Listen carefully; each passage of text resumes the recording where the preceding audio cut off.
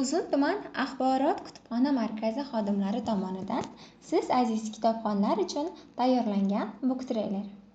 9 aprel Sohibqiron Amir Temur tavallud topgan kun.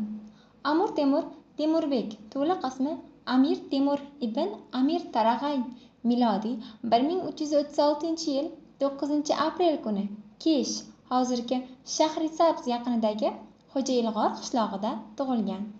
Bolaligidanoq tabiatan og'ir, bosiq, zehni o'tkir, shoshilmay fikrlaydigan Temurbek dastavval maktabda saboq oldi, savodini chiqardi.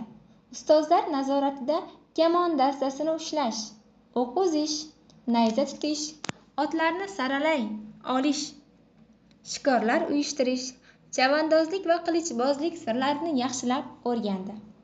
Amir Temur dastlab parchalanib ketgan yurtni Turon mamlakatini birlashtirishdan boshladi.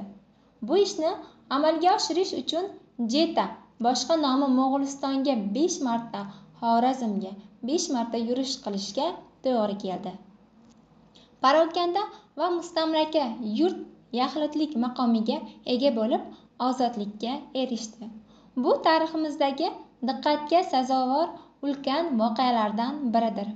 35 yil 1370-1405 hukm surgan Sohibqiron Amir Temur Markaziy Osiyo hududlarini yagona markazlashgan davlatga birlashtirdi.